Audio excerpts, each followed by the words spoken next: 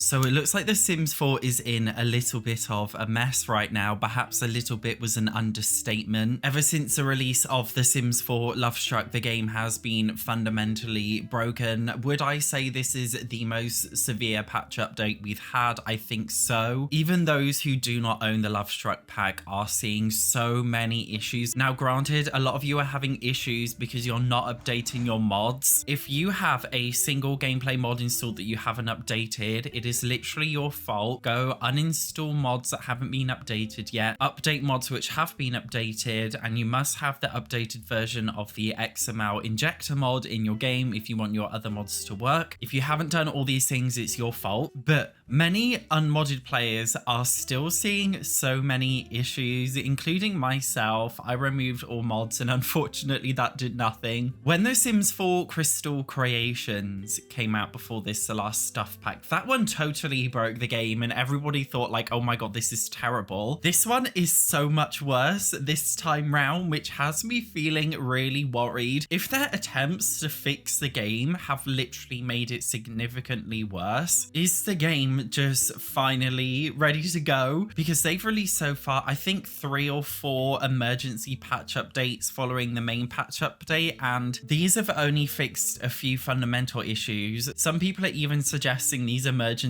patch updates are breaking their game even more. Last night, EA actually announced that they're working on other things, including error coding messages, missing interactions, and distorted glass frames. So this is the 5th hotfix patch, the 5th patch after the 5th patch after it all went wrong. The scary thing is though, this patch update hasn't even addressed many of the major issues that people are still facing. The game genuinely feels like it's broken beyond repair. I mean, my recent Sims 4 Love Struck Let's Play, I ended the Let's Play early, firstly because there wasn't that much content in Love Struck, but secondly, my save file is totally corrupted. Luckily, I backed up my main save file before I even started this Let's Play. I think when the next pack comes out and I'm restarting my Let's Play again, I will probably just have to start again from for rent and pretend that the Love Struck era didn't happen, because that part of the save file is broken completely. Not only is the base game and other different packs kind of broken, Love Struck itself, even without all these severe issues going on with the base game, Love Struck itself is fundamentally broken. For example, Cupid's Corner doesn't really work at all. The brand new dating features don't really work at all. And it seems like every time they give us a fix, it's like 1 step forward, 2 steps back, because one fix is breaking 2 or 3 other things. And it just goes on and on and on like this. This is why I've said before, The Sims 4 really is just beyond repair at this point, because whatever they do, it just breaks things more. And it definitely makes me feel worried that they're claiming that The Sims 4 is supposed to run alongside Project Renee and we've got years more packs to come. We already know, according to some leaks, that they've got 2 more expansions planned, plus I believe it may be 6 kits allegedly. And the worst thing is, it seems like many other packs are breaking as a result of Love Struck. I've seen a lot of people complain that The Sims 4 doesn't have quality assurance, therefore they're not testing their games. If we look at Get to Work, which is the first ever Sims 4 expansion pack, it says quality assurance team, development QA team. There's a lot of people here and these seem to be potentially US based. We then have EA Baton Rouge QA, another team of QA, EA Romania QA compliance. So there's a lot of people there. If we look at the Love Struck pack, particularly for their Q&A, what am I on about? Q&A? It's not question and answer.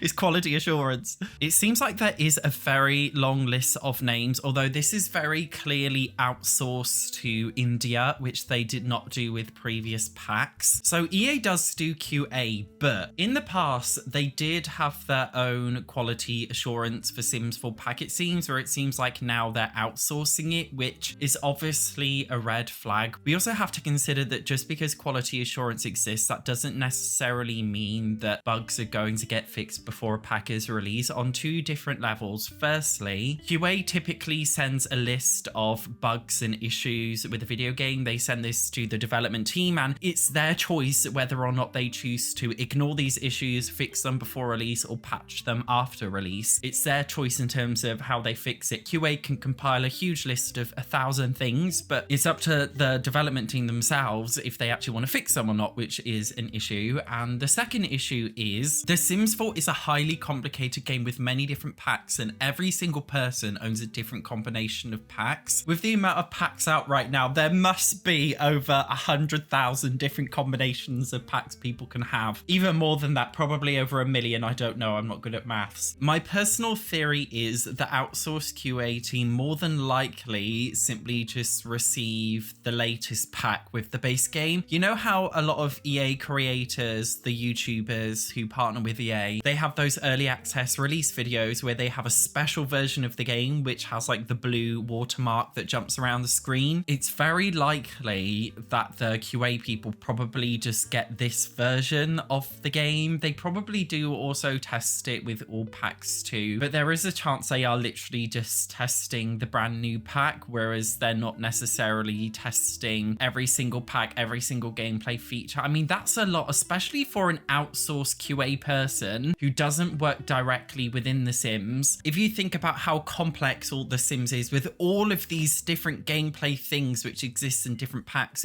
which interact with each other in different ways, the QA team are not going to be able to do that. They're not going to be able to test every single thing, especially considering they're outsourced. It's just not possible. So even though QA exists, there's clearly an issue with the way it's being tested. Otherwise, these issues wouldn't happen. Simmers have complained for literally years, EA, please stop releasing packs and instead just solely focus on fixing the game. And they ignored it and they just continue releasing packs instead of fixing it. As a result, we are most definitely seeing the repercussions. Trying to spike up the financial graph for each individual sales quarter makes you look good in the short term, but it looks horrific in the long term because the game is broken beyond repair. And I intentionally say beyond repair, given that every single patch update is breaking the game even more. And I feel like this is a little bit embarrassing, especially considering the fact that they said that they were dedicated more than ever to fixing the game. And ironically, since then, the game has actually become more broken than ever before. So where do we actually stand with The Sims 4? Can they literally cope with releasing any more content for this game? I genuinely don't know why they don't employ real simmers to test the game, because I definitely think they'd be getting much more quality